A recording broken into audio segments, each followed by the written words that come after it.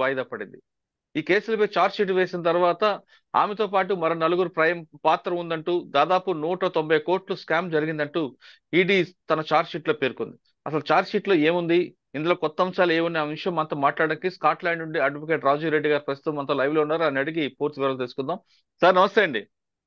నమస్తే సార్, దాదాపు charge sheet వరకు వచ్చింది కేసు, వాయిదాల నుంచి ఛార్జ్ షీట్ కు వచ్చింది. ఈరోజు ఛార్జ్ షీట్ వేయడం, ఆమెతో పాటు మరో నలుగురు పాత్ర ఉందంటూ ఈడీ తన ఛార్జ్ షీట్ లో పేర్కొంది.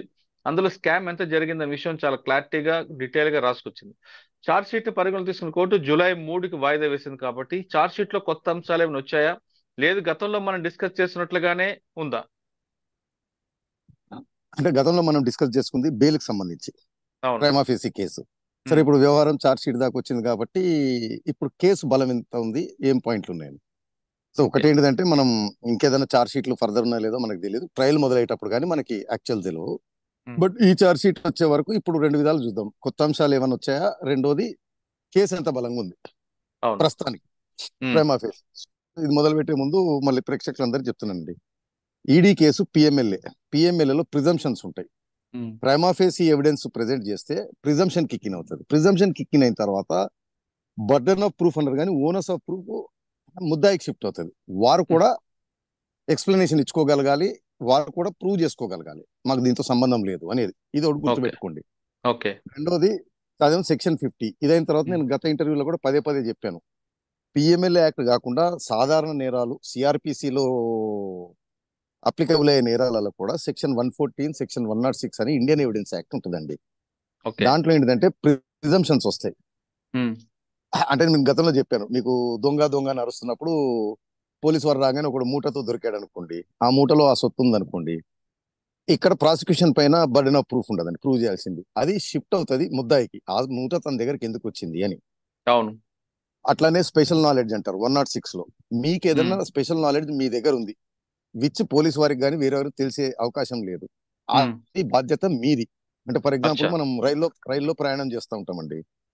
ఆ టికెట్ కలెక్టర్ వచ్చి టికెట్ అడుగుతారు, మీరు ఇవ్వరు, మీ మీద కేసు కట్టి కోర్టుకు తీసుకెళ్తారు. అక్కడికి వెళ్ళిన తర్వాత మీరు నేను టికెట్ కొన్నానో లేదో నిరూపించాల్సిన బాధ్యత, బర్డెన్ ఆఫ్ ప్రూఫ్ ప్రాసిక్యూషన్ వారి మీద ఉందంటే కుదరదు. ఎందుకంటే మీరు టికెట్ కొన్నారా లేదా special knowledge it is in your knowledge, me mind లో ఉంది అది.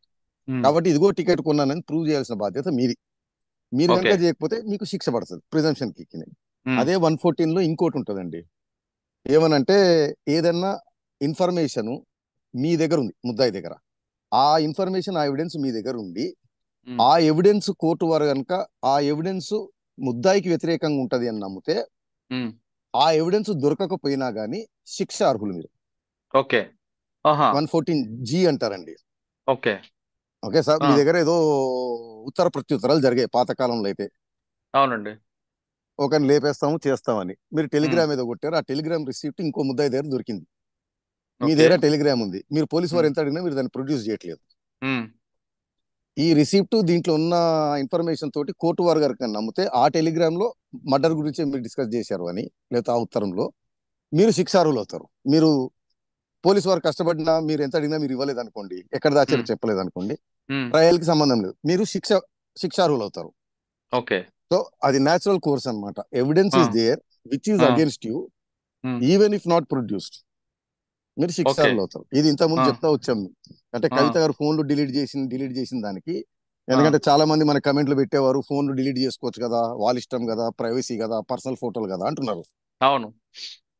సో దానికి ఏంటిదంటే, ఇప్పుడు ఈ దాంట్లో మనకి ఇప్పుడు ఈ ఛార్జ్ షీట్ లో చూస్తే ఫస్ట్ కొత్త విషయాలు ఏంటిదంటే, ఒకటి పోయినసారి మేకా శరణ్ మొదటిసారి పేరు చూసాం మనం. అవునండి. సో ఆ మేకా శరణ్ ని తీసుకొచ్చిన తర్వాత ఏం చేశారంటే ఆ మేకా శరణ్ అనే అతన్ని ఈ ఇండో స్పిరిట్స్ కంపెనీ, ఏ కంపెనీ అయితే కవిత బేనామీ ఉమ్, అరుణ్ పిల్లే ఉన్నాడు, అవునండి. 35% 33% స్టేక్ హోల్డ్ చేస్తుంది అని ఉమ్, చెప్తున్నారు, ఉమ్, ఆ కంపెనీలో ఎంప్లాయీ కింద పెట్టారు. పెట్టి అవును. అతను ఏ పని చేయకపోయినా ఏం చేయకపోయినా కానీ చాలా ఎక్కువ మొత్తంలో జీతం ఇచ్చారు అతనికి. ఆ జీతం రూపంలో ఇచ్చింది ఏం లేదు, అది కవిత గారికి రావాల్సిన ప్రాఫిట్. షేర్ ని, ప్రాఫిట్ ని అలాగే ఇచ్చారు అనేది వీరి ఇది. దానికి ఓకే. మేకా శరణ్ ని ఇంటరాగేట్ చేసినప్పుడు ఆయన, నేను ఎంప్లాయీని కాదు, కాంట్రాక్టు, నీకు అటెండెన్స్ రిజిస్టర్ ఉందా, నువ్వు అటెండ్ అయ్యా, ఆఫీస్ లో ఏం డ్యూటీస్ చేసావంటే ఆఫీస్ లో అటెండెన్స్ రిజిస్టర్ లేదు అని చెప్పాడు, బుకాయించాడు. ఓకే. అయితే ఈడీ వారు ఒక అటెండెన్స్ సంబంధించిన దాన్ని సీజ్ చేశారు. దాంట్లో ఈయన నెలలో 8 రోజులు ఏదో, అంటే I'm not perfectly sure, um, attend అయినట్టుంది, మిగతా రోజు లేదు. అంటే అయితే ఆయన అటెండ్ కాకుండానే లేకుండానే జీతం డ్రా చేస్తున్నాడు అక్కడి నుంచి. ఓకే. తర్వాత ఆ ఇండో స్పిరిట్స్ కంపెనీ ఎంప్లాయీస్ ని, హెచ్ఆర్ మేనేజర్ ని, వాళ్ళని ఇది చేసినప్పుడు స్టేట్మెంట్ తీసుకున్నప్పుడు వారు చెప్పారు ఇది సంగతి అని. ఉమ్, సో అదొకటి. రెండోది, దీంట్లో వచ్చింది ఏంటంటే వాట్సాప్ చాట్లు బుచ్చిబాబు గారికి, ఇండో ఆ, స్పిరిట్స్, మాగుంట రాఘవ వీళ్ళకి జరిగిన సంభాషణలో మేడం మేడం అనేది కవిత అనేది అతని స్టేట్మెంట్ లో చెప్పింది. ఆ, మేడం అని ఎవరిని సంబోధిస్తున్నారు, లేకపోతే కే అంటే ఎవరిని సంబోధిస్తున్నారు అంటే ఇది కవిత గారు అని. ఉమ్, కవిత గారిని కన్ఫరెంట్ చేసినప్పుడు నాకు తెలియదు, నాకు తెలియదు, నాకు గుర్తు లేదు, నాకు తెలియదు ఇదే. అయితే ఒక వాట్సాప్ మెసేజ్ బుచ్చిబాబు గారికి కవిత గారికి ఉంది. ఓకే. దాంట్లో ఏం డిస్కస్ చేస్తున్నారంటే ముత్తా గౌతమ్ చెందిన కంపెనీలో ఏదో షేర్ గురించో దేని గురించో చాట్ ఆ, ఉంది. ఓకే. దాన్ని కన్ఫరెంట్ చేస్తే కూడా ఆవిడ నాకు తెలియదు అంది. ఉమ్, అయితే ముత్తా గౌతమ్ గారి కంపెనీ ఇక్కడ వచ్చింది ఏంటిదంటే, ముత్తా గౌతమ్ గారి కంపెనీకి ఇండో స్పిరిట్స్ కంపెనీ నుంచి కొంచెం ఫండ్స్ వెళ్ళాయి. ఓకే. వాళ్ళు దాన్ని ఏం చెప్తున్నారంటే అప్పట్లో వారు ఏదో మాకు మార్కెటింగ్ చేసి పెట్టారు, అది చేసి పెట్టారని. బట్ ఈడీ వారి ఇన్వెస్టిగేషన్ తేలిందంటే ఎటువంటి యాక్టివిటీ లేకుండానే 1.5 కోట్లు, 1.7, 2 కోట్లు ఏదో వెళ్ళినాయని. సో ఇది కూడా కవిత గారి షేర్ దాంట్లోకి వెళ్ళింది. దాని నుంచి అరుణ్ రామచంద్ర పిల్లేకి కొద్దిగా వచ్చింది. తర్వాత అందులో ఇంకో ఎంప్లాయీని వీళ్ళే పెట్టారు, అభిషేక్ బోయిన్పల్లిని ఓకే. పార్ట్నర్ కింద. ఆ ఉమ్, డబ్బులు డ్రా చేశారు, దాంతో ఒట్నావులపల్లి ల్యాండ్ కొన్నారు. సో తన ఓన్ ఫోన్ కి వచ్చిన చాట్ ని కన్ఫరెన్స్ చేసినా కానీ కవిత గారు నాకు తెలియదు అని అవునండి. చెప్పారు. ఉమ్, సో ఇప్పుడు ఈ ఈ ఈ పిఎం తర్వాత ఫోన్లు ఎందుకు డిలీట్ చేసావని అడిగారు వాళ్ళు. అవును. ఆవిడ దానికి ఏ సమాధానం చెప్పలేదు. పోనీ ఎవరు డిలీట్ చేశారు అంటే తను ఏ సమాధానం చెప్పలేదు. పోనీ ఈ ఫోన్ నువ్వు వాడేవారు ఇతరుల దగ్గర ఉందా అంటే ఐ థింక్ ఇతరుల దగ్గర ఉంది అని కాసేపు, లేదని కొంతసేపు, ఇతరుల ఉమ్, దగ్గర ఉంటే ఎవరి దగ్గర ఉంది అని. ఉమ్, మన గతంలో కూడా ఇది వచ్చిందండి మీడియాలో, తను మా సెక్రటరీకి ఇచ్చాను, మా పని వాళ్ళకి ఇచ్చానని అది చెప్పిందని. బట్ అవునండి. ఈడీ వాళ్ళు ఎంత అడిగినా ఎవరికి ఇచ్చాననే విషయం కూడా చెప్పలేదు. నాకు ఉమ్, తెలియదు, నాకు తెలియదు, నాకు తెలియదు, ఉమ్, సింగిల్ ఇది. సో ఇప్పుడు దీన్ని యూజ్ చేసుకుని ఈటి వారు ఏమంటారంటే ఈ సెక్షన్ 114, మనం గత ఇంటర్వ్యూలో మీరు పాత ఇంటర్వ్యూలన్నీ చూడండి చూసేవాళ్ళు, ఆ, ఉమ్, 114, 106 అని ఈడీ వారి చార్జ్ షీట్ లో స్పెసిఫిక్ గా 114G ఎవిడెన్స్ వన్ ఫో యాక్ట్ అని 114. 114, 114లో ఇల్లస్ట్రేషన్ జీ ఉంటది అనమాట. ఓకే. దాని స్పెసిఫిక్ గా చార్జ్ షీట్ లో సైట్ చేశారు. ఏమనంటే ఈవిడకి సమ్మన్స్ పలానా రోజు వచ్చినాయి, ఉమ్, పలానా రోజు అటెండ్ కమ్మని. సమ్మన్స్ రిసీవ్ చేసుకున్న తర్వాత అటెండ్ అయ్యే లోపల ఈ ఫోన్లన్నీ ఆ డేట్ రోజే డిలీట్ అయినాయి. ఓకే. తర్వాత ఇంకో 2 ఫోన్లు 4 ఫోన్లు అసలు హ్యాండ్ ఓవరే చేయలేదు, ఇవ్వలేదు. తర్వాత ఒక ఫోన్ ని ఆవిడ అరెస్ట్ చేసినప్పుడు ఎప్పుడో వాళ్ళు సీజ్ చేశారు, దాన్ని ఓపెన్ చేయమంటే చేయలేదు. ఉమ్, సో ఆవిడ కండక్ట్ పిఎంఎల్ఏ యాక్ట్ ప్రకారము, మన Arun Pillai statement, Buchibabu statement, Magunta statement, Sameer Mahendra statement, Vijay Nair స్టేట్మెంట్లు, ఇవన్నీ ప్రైమా ఫేసి ఎస్టాబ్లిష్ చేసాయి ఈవిడ ఉమ్. రోల్ ని. 114Gతో పాటు 110 కూడా వచ్చినట్లు కదండి. 106 దాని దీంట్లో వన్ సైడ్ నాట్ చేయలేదు సిక్స్ కానీ దాని ఆ, ట్రయల్లో అది వచ్చే అవకాశం ఉంటుంది. But 114 is definitive section. అంటే పిఎంఎల్ఏ యాక్ట్ లో ఉన్న ప్రిజంప్షన్ ఒకటి. ఉమ్, పిఎంఎల్ఏ యాక్ట్ ప్రిజంప్షన్ ఏంటంటే నీ పైన ప్రైమా ఫేసి వచ్చిన తర్వాత కోర్టు నువ్వు నేరం చేసావని ప్రిజ్యూమ్ చేసుకుంటుంది. నువ్వు ప్రూవ్ చేయాలి నాకు సంబంధం లేదు, ఇది ఇలా సంబంధం లేదు, లేకపోతే నీకు వ్యతిరేకంగా వచ్చిన ఆధారాలు ఏమన్నా ఉంటే ఎవిడెన్స్ దాన్ని రీబట్ చేసే బాధ్యత ముద్దాయి పైన ఉంటుంది. అదే దాన్ని బడ్డెన్ ఎంతో రెఫ్యూజ్, బడ్డెన్ ఎంతో ముద్ద ఇది. దాన్ని ఓనస్ అంటారండి, బర్డెన్ ఉమ్, కాదు, ఓనస్ అనుకోండి. బోనస్. అంటే ప్రాసిక్యూషన్ మీదనేమో ఫస్ట్ ప్రైమా ఫేసి ప్రూవ్ చేయాలి, ఉమ్, చేస్తానే షిఫ్ట్ అవుతుంది. ఇప్పుడు ఓకే. తను నీకు సమ్మన్స్ వచ్చిన తర్వాత ఫోన్లు ఎందుకు డిలీట్ చేశావు, ఉమ్, ఒకటి కాదు రెండు కాదు, దాదాపు 10 12 ఫోన్లు ఎందుకు డిలీట్ చేశావు, అన్ని ఆ సేమ్ టైంలోనే ఎందుకు డిలీట్ చేశావు. ఓకే. తర్వాత ఫోన్లు నా దగ్గర లేవంటే ఎవరి దగ్గర ఉన్నాయి, ఎవరు చేశారు, ఉమ్, ఎందుకు చేశారని ఎక్స్ప్లెనేషన్ ఇవ్వకపోతే ఈ 114 presumption PML act presumption kick in. Prima face ఏమో వీళ్ళ స్టేట్మెంట్లు, వాట్సాప్ కమ్యూనికేషన్లు, తర్వాత తను వాట్సాప్ ఫేస్ టైం తనంతట తనే ఒప్పుకుంది. నువ్వు విరివిగా వాడతావా వాట్సాప్ ఫేస్ టైము అని. అంటే అవును అని చెప్పింది. చెప్పిన తర్వాత ఆ వాట్సాప్ ఫేస్ టైం డేటా ఏమైనా ఉందా తీసి ఇవ్వగలవా అంటే లేదు అని చెప్పింది. So okay. Face time WhatsApp తను వాడినట్టు తనే ఒప్పుకుంది. ఆ డేటా డిలీట్ అయింది. అది ఎందుకు డిలీట్ చేసావు, ఎవరు డిలీట్ చేశారంటే తను చెప్పట్లేదు తన స్టేట్మెంట్ లో, ఈ చార్జ్ ఓకే. షీట్ లో రిఫ్యూజ్ చేసింది ఆన్సర్ చేయడానికి. నేను చెప్పను, నాకు తెలియదు అని. సో ఇది 114 సెక్షన్ కింద దాన్ని నెయిల్ చేశారనమాట. ఇంకోటి బయటకు వచ్చింది ఏంటంటే, ఈ కేసులో ఎవరో ముద్దాయి కవిత గారికి వ్యతిరేకంగా ఉన్న ముద్దాయిని కవిత గారి సంబంధికులు ఎవరు అప్రోచ్ అయ్యారు రిట్రాక్ట్ చేసుకోమని. అది బుచ్చిబాబు అని వచ్చింది. ఆ కవిత గారి అసోసియేట్ ఎవరో ఆ పేరు బయట పెట్టలేదు ఈ చార్జ్ షీట్ లో. ఎందుకంటే దాచుతున్నారు ఆ పేరుని? అంటే ఇంకా కంప్లీట్ కాలేదు కదండి. అచ్చా అచ్చా. దాన్ని మళ్ళీ ఇక ఫర్దర్ ఏమన్నా ఉంటే దాంట్లో తీస్తారనమాట. సో ఇప్పుడు ఓవరాల్ గా ఏంటిదంటే, ఈ డీలు కవిత గారు ఫస్ట్ అరవింద్ కేజ్రీవాల్ తోటి, తర్వాత మాగుంట శ్రీనివాసరెడ్డి ఇండిపెండెంట్ గా అరవింద్ కేజ్రీవాల్ ని అప్రోచ్ అయ్యారు. ఆయన ఎంపీ కింద సీఎం టైం తీసుకొని అప్రోచ్ అయ్యి, నేను మాది సౌత్ ఇండియాలో మేము పెద్ద లిక్కర్ వ్యాపారం చేస్తాము, ఢిల్లీలో ఇంట్రెస్టెడ్ ఉంటే అరవింద్ కేజ్రీవాల్ కవిత గారిని కలవండి, కవిత గారు ఆల్రెడీ దీంట్లో ఇన్వాల్వ్ అయి ఉన్నారు అని చెప్పడము. అక్కడి నుంచి communication between Magunta Srinivasa Reddy and Kavitha. Okay. అక్కడ వచ్చిన తర్వాత మాగుంట శ్రీనివాసరెడ్డి నేను బిజీగా ఉంటాను ఎంపీ కింద, మా అబ్బాయి చూసుకుంటాడని ఆ అబ్బాయికి అప్పచెప్పడము. కవిత గారు బుచ్చిబాబు అరుణ్ పిల్లికి అప్పచెప్పడము. బుచ్చిబాబు గారు కవిత గారి ఇన్స్ట్రక్షన్స్ పైన మాగుంట శ్రీనివాసరెడ్డి ఒక 25 కోట్లు 30 కోట్లు అరేంజ్ చేయటం ఢిల్లీలో, సారీ మెడ్రాస్ లో, చెన్నైలో. ఆ డబ్బులు గోపి కుమార్ అనేది శ్రీనివాసరెడ్డి గారి దగ్గర అకౌంటెంట్ ఒక ఎంప్లాయీ, అతను బుచ్చిబాబు గారి ఇన్స్ట్రక్షన్స్ మీద ఒక వ్యక్తికి అందజేయడము, అది హవాలా రూపంలో ఢిల్లీకి చేరడము. ఢిల్లీలో కవిత గారి దగ్గర పిఏ కింద పనిచేసిన అశోక్ కౌశిక్ అండ్ అభిషేక్ బోయిన్పల్లి రోల్ అక్కడ. అభిషేక్ బోయిన్పల్లి ఇక్కడ కూడా ఇంకోటి ఏంటంటే ప్రేమ ఫేసి కేసు మర్చిపోయి చెప్పడం, ఈ అశోక్ కౌశిక్ అనే అతను నాకు తెలియదు అని డినై చేయడానికి వీల్లేదు. ఎందుకంటే ఆవిడ ఎంపీ కింద ఉన్నప్పుడు ఆవిడ అఫీషియల్ పిఏ కింద ఉన్నాడు. అతనికి జీతము పార్లమెంట్ కట్టింది ఎంపీ పిఏ కింద. సో అక్కడ కాస్త కవిత గారికి అకృతి పడ్డట్టు అనిపించింది. అదేదో తనే ఇస్తే అయిపోయేది, లేదా అట్లాంటి అఫీషియల్ ఎంప్లాయీ తోటి అడ్డగోలి పనులు చేయించకపోయి ఉంటే బాగుండేది. సో దాంట్లో 30,000 40,000 పార్లమెంటు ఆఫీస్ నుంచి అతనికి జీతం వెళ్ళింది యాజ్ పిఏ టు కవిత గారు. దానిపైన 30,000 40,000 అశోక్ కౌశిక్. ఓకే. సో అతను వాంగ్మూలం ఏంటంటే, అతను ఢిల్లీలో ఈవిడ దగ్గర చేస్తున్నప్పుడు తర్వాత ఎంపీ అయిన తర్వాత కూడా ఆవిడ దగ్గర కంటిన్యూగా చేశాడు. ఆ టైంలో అభిషేక్ బోయిన్పల్లి ఫోన్ చేసి పలానా హవాలా ట్రేడర్ దగ్గర డబ్బులు వస్తాయి సంచులు, అవి తీసుకొని వెళ్ళి పలానా వ్యక్తికి అందజేయని. ఈ డబ్బు చెన్నై నుంచి మాగుంట శ్రీనివాసరెడ్డి దగ్గర బుచ్చిబాబు గారు కలెక్ట్ చేసి పంపించిన డబ్బు. అతని ఇన్స్ట్రక్షన్స్ మీద ఆ డబ్బులు పలానా వ్యక్తి దగ్గర కలెక్ట్ చేయటము, తీసుకెళ్లి ఇంకో వ్యక్తికి ఇవ్వటం 2 సార్లు 3 సార్లు చేశారు. ఇప్పుడు వాళ్ళ స్టేట్మెంట్ లో హవాలా చెప్పిన హవాలా ట్రేడర్స్ అంగడి ట్రేడర్స్ స్టేట్మెంట్లు ఉన్నాయి. పలానా వ్యక్తి డబ్బు పంపించాడు, పలానా వ్యక్తి కలెక్ట్ చేసుకున్నాడు, పలానా వ్యక్తి ఇచ్చాడని. సో ఇవి కొరాబరేటింగ్ ఎవిడెన్స్ అనమాట. అండ్ ప్రైమా ఫేసి పడింది. ఇప్పుడు బర్డెన్ కవిత గారి పైన షిఫ్ట్ అయింది, నిరూపించుకోవాల్సింది. తర్వాత ఈ ఒబరాయ్ మైదాన్ హోటల్లో మీరెందుకు వెళ్ళారు అంటే, మనం అందరం అనుకున్నట్టు చెప్పారు, నేను వేరే పని మీద వెళ్ళాను, అక్కడ వెళ్ళేటప్పటికి వీరందరూ ఉన్నారు, వేరే మీటింగ్ లో నాకు సంబంధం లేదు అని. కానీ ఈచ్ ఇన్సిడెంట్ ఐసోలేటెడ్ గా చూస్తేనేమో నమ్మశక్యం. కానీ మీరు సిరీస్ ఆఫ్ ఈవెంట్స్ చూస్తే ఇప్పటివరకు అయితే ప్రైమా ఫేసి ఇది ఎస్టాబ్లిష్ చేశారు. ఇప్పుడు కవిత గారు చెప్పాల్సింది ఏంటిదంటే, ఆ వాట్సాప్ చాట్ ఎక్స్ప్లెనేషన్, ఆ డిలీట్ చేయడానికి ఎక్స్ప్లెనేషన్, ఫోన్ ఓవర్ వాడడానికి ఎక్స్ప్లెనేషన్, అది తను ఇవ్వలేదు, అవకాశం కూడా కోల్పోయారు. దీంట్లో ఇంకొక సెక్షన్ కూడా వస్తుందండి, సెక్షన్ 8 అనుకుంటే ఎవిడెన్స్ యాక్ట్, ఒకసారి చెక్ చేయాలి. కండక్ట్ అంటారు అనమాట, బిహేవియర్. అంటే దీంట్లో ఏంటంటే నేరం జరగకముందు, నేరం జరిగేటప్పుడు, నేరం జరిగిన తర్వాత కండక్ట్ ను కూడా కోర్టు పరిగణనకు తీసుకుంటుంది రిలవెంట్ ఫ్యాక్ట్ కింద. సపోజ్ ఒక స్త్రీ మరణించింది, అందరూ చావుకి అటెండ్ అయ్యారు, విలపించాల్సిన భర్త, బాధపడాల్సిన భర్త పక్కన నవ్వుతా కూర్చున్నాడు అనుకోండి, జోకులు వేసుకుంటూ. సో రేపు ఇతను మర్డర్ చేశాడు అని కనుక ఇతని పైన అనుమానం వచ్చి కేసు బుక్ చేసినప్పుడు ఎవిడెన్స్ ఇది కూడా పనికొస్తుంది అనమాట. అతను నవ్వుతా కూర్చున్నాడు అంటే కండక్ట్ అంటారు అనమాట, పోస్ట్ కండక్ట్. ఇప్పుడు దొంగ నరసింహుడు పరిగెత్తాడు అనుకోండి, అరే ఆ పరిగెత్తడం అనే బిహేవియర్ కండక్ట్ కూడా రిలవెంట్ ఫ్యాక్ట్ అవుతుంది కోర్టుకి.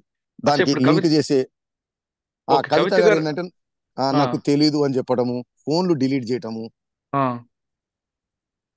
అర్థమైంది మీకు? ఆవిడ చేసింది అంటే సమ్మన్స్ వచ్చిన తర్వాత ఆవిడ ఫోన్లని ఈడీ వారికి డిలీట్ చేయడం. అప్పచెప్పే ముందు డిలీట్ చేయటం. అవును, అది కూడా సో ఒక అది ఎక్విప్మెంట్ ద్వారా చేయించడానికి కూడా వచ్చినట్టు.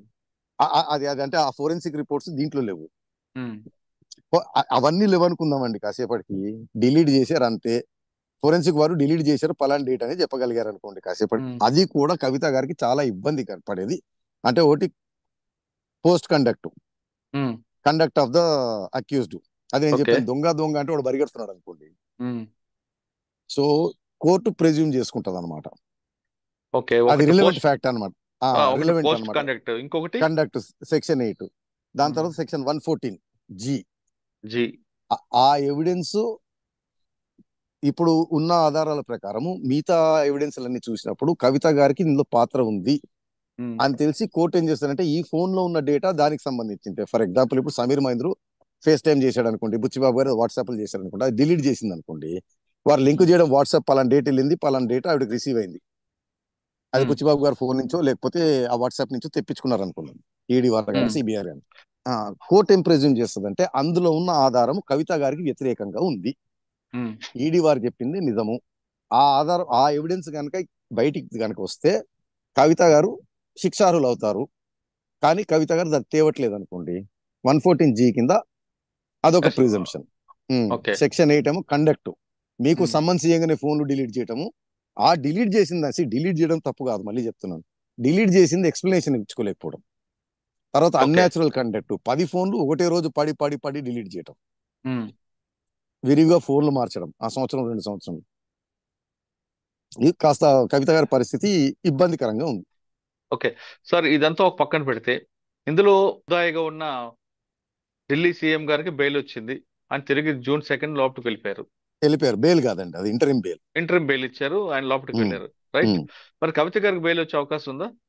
నేను చెప్పేదండి, ఫస్ట్ నేరంలో prima facie involvement bail, um, తర్వాత బెయిల్ కండిషన్స్ ఏది, పారిపోము, కోఆపరేట్ చేస్తాము, సాక్షులను మేము ప్రభావితం చేయము, సాక్ష్యాలను తారుమారు చేయం.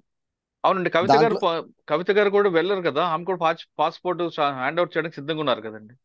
ప్రాబ్లం అది కాదండి. ఉమ్, టెలిఫోన్ డిలీట్ చేశారు, సాక్ష్యాలు తారుమారు. రామచంద్ర రైట్. పిల్లై ఈవిడొచ్చి ఒక రోజు ముందు రిట్రాక్ట్ చేసుకున్నాడు, పర్టికులర్ గా కవిత గారి పైన ఇచ్చిన స్టేట్మెంట్లే రిట్రాక్ట్ చేసుకున్నారు, వేరే కాదు. 2.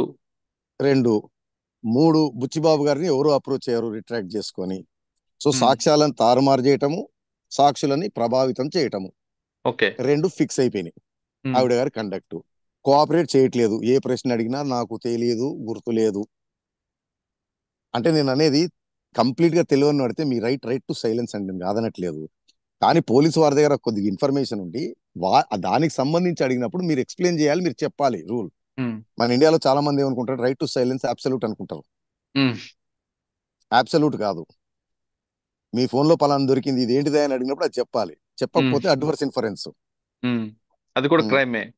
సో అందుకే ఏం సార్, మీరు చేస్తారంటే చెప్పిన మీరు చెప్పిన ఈ 2 రీజన్స్ కాకుండా గతంలో ఉమ్, కవిత గారి బెయిల్ పిటిషన్ లో కవిత గారి ఉమ్, హిస్టరీ రాశారు, వాళ్ళ అవును. ఫాదరు ఆమె. ఇది కూడా ఏమైనా కోర్టుకి ఇబ్బంది అవుద్దా? కోర్టు ఏమైనా పరిగణన తీసుకుంటుందా? అంటే నేను చెప్పాను కదండి, ఎకనామిక్ అఫెన్సెస్ కేసులు మామూలు కేసుల్లో వీరు చాలా బలవంతులు అనుకుంటే సాక్షిని ప్రభావితం చేస్తారు అనేది. అంటే సాక్షుల్ని ప్రభావితం చేయకుండానే జరగకుండానే జనరల్ కేసులలో కూడా ఆయన ఉమ్. ఎమ్మెల్యే, ఆయన మంత్రి, ఆయన బయటకు వస్తే, లేకపోతే ఆయన పెద్ద ప్రముఖ రౌడీ షీటరు, ఆయన పెద్ద వస్తాదు, ఆయన పెద్ద పైల్వాను, ఆయన బయటకు వస్తే సాక్షులు ప్రభావితం అవుతారు, భయపడతారు అన్నప్పుడు బెయిల్ ఇవ్వరు. ఉమ్. ఇందులో ఆవిడ ఆల్రెడీ సాక్షుల్ని ప్రభావితం చేసినట్టు, సాక్ష్యాలు తారుమారు చేసినట్టు ఎస్టాబ్లిష్ చేశారు.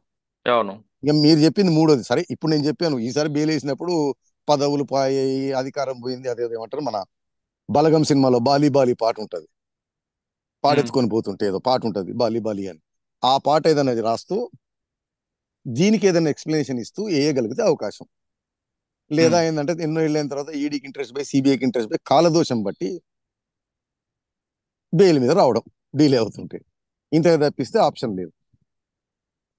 అంటే బెయిల్ పిటిషన్ వేయమంటారు, వద్దంటారా మీరు? ఇప్పుడు వేస్తే లాభం లేదండి. ఉమ్.